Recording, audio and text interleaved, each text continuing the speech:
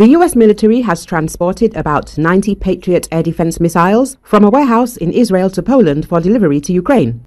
Axios reports this, citing 3 informed sources. The publication reports that US Air Force C-17s recently arrived at an airbase in southern Israel and flew to the Polish city of Rzeszow, which is a hub for delivering Western military aid to Ukraine. The sources said the flight was carrying about 90 Patriot interceptors, which could be used by Ukraine with its current Patriot batteries.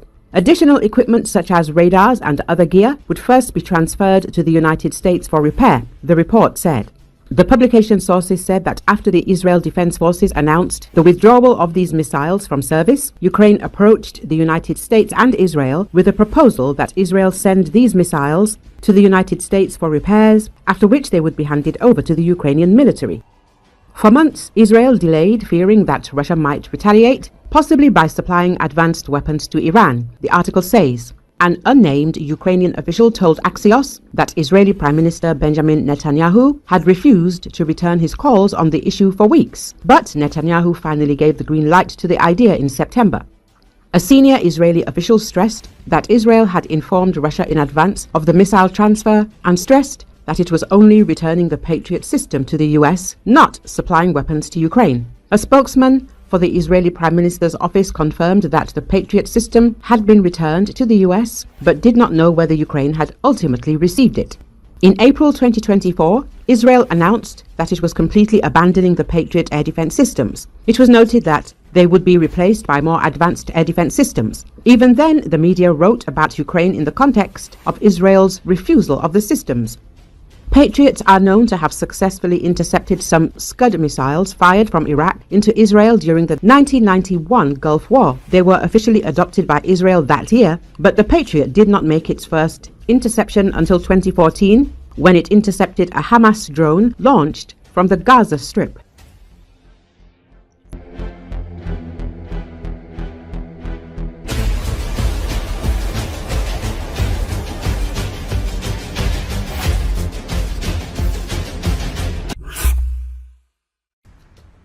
Two Russian cargo ships, the Sparta and Sparta II, docked at the port of Tartus on January the 22nd after weeks of idle wandering off the Syrian coast. The heavy weapons, military vehicles, artillery and ammunition crates, guarded by soldiers, had been waiting for weeks at the port of Tartus to be loaded onto ships. The day the ships docked, Syria's new government terminated the 49-year lease. But where will these ships go? The number of experts pointing to Libya is increasing. Transferring equipment to Libya could allow Moscow to maintain some presence in the region, as well as create a bridge with its controversial operations in Africa.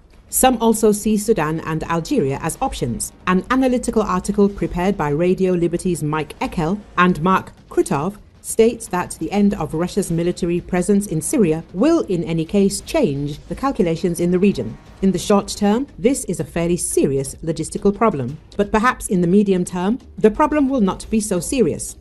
Most of the options in Libya do not have any significant pre-existing naval facilities, and much of the infrastructure that does not exist has been damaged during the war.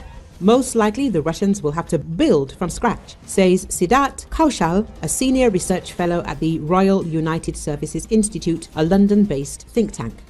Another problem is that Russia has limited access to the Black Sea. Under a treaty signed a year ago, certain warships are not allowed to pass through the Bosphorus Strait. While Russia's submarine fleet remains a formidable force, its surface fleet is increasingly aging and looking like a rusty fleet that is falling apart. It is possible that the Russian Navy will attempt to maintain some form of presence in the eastern Mediterranean in the short term, in order to show that it has no need for Tartus and to save face, said Mike Plunkett, senior naval analyst at Janes, a British security research group. If we assume that the Black Sea will remain closed to Russian warships in the near future, it is highly likely that Russia's permanent presence in the Mediterranean will soon become unviable and will be abandoned in favor of high-priority tasks, he said.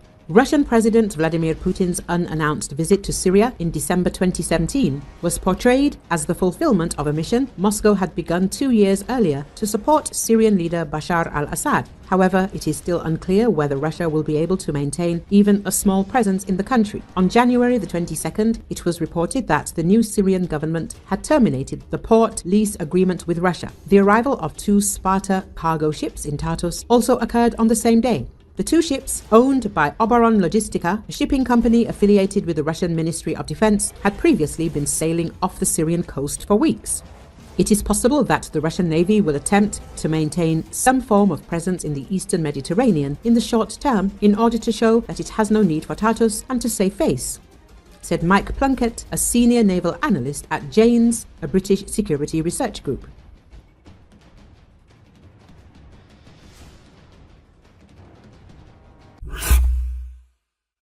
If Ukraine's strikes on oil refineries in Russia were not significant, the enemy would have attacked Ukrainian cities even more. This was stated by Ukrainian military observer Denis Popovich on air at Ukrainian radio, answering the question of how sensitive these attacks are for the enemy.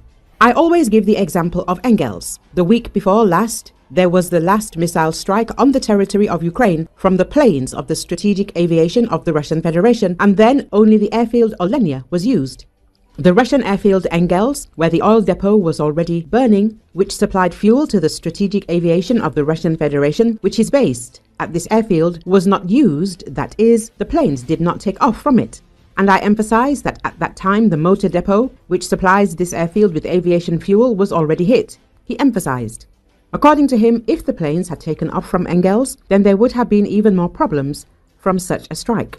At least in Kyiv, the lights were not turned off. The strike was not as noticeable as it could have been earlier. Of course, we have no right to forget about the work of our air defense, but we see that it was less massive. I am sure that this happened precisely because the oil depot in Engels was hit. This is an example of how such strikes can have an impact on Russia's conduct of military operations, Popovich explained. The expert noted that fuel is the blood of war. Despite the fact that the army will be the last to experience a shortage of fuel and lubricants due to strikes on oil refineries, the cost of gasoline and diesel is increasing. In addition, the Russian Federation earns money from the export of these materials, and the oil refining industry is also one of the key sources of filling the military budget of the Russian Federation, the observer added. The expert also explained why Ukraine has increased its technical capabilities to strike at the Russian oil refining system.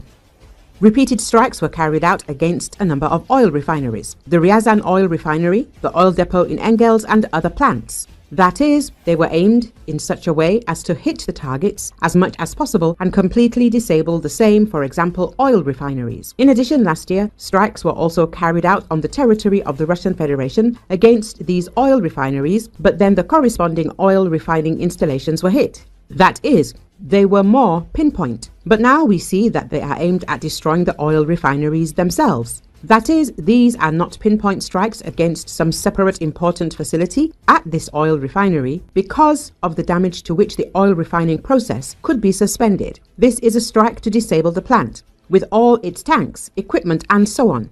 According to Popovich, this is what distinguishes the strikes that took place last year from the attacks that are being observed now. It also indicates the possibility of an increase in Ukrainian weapons, namely more drones.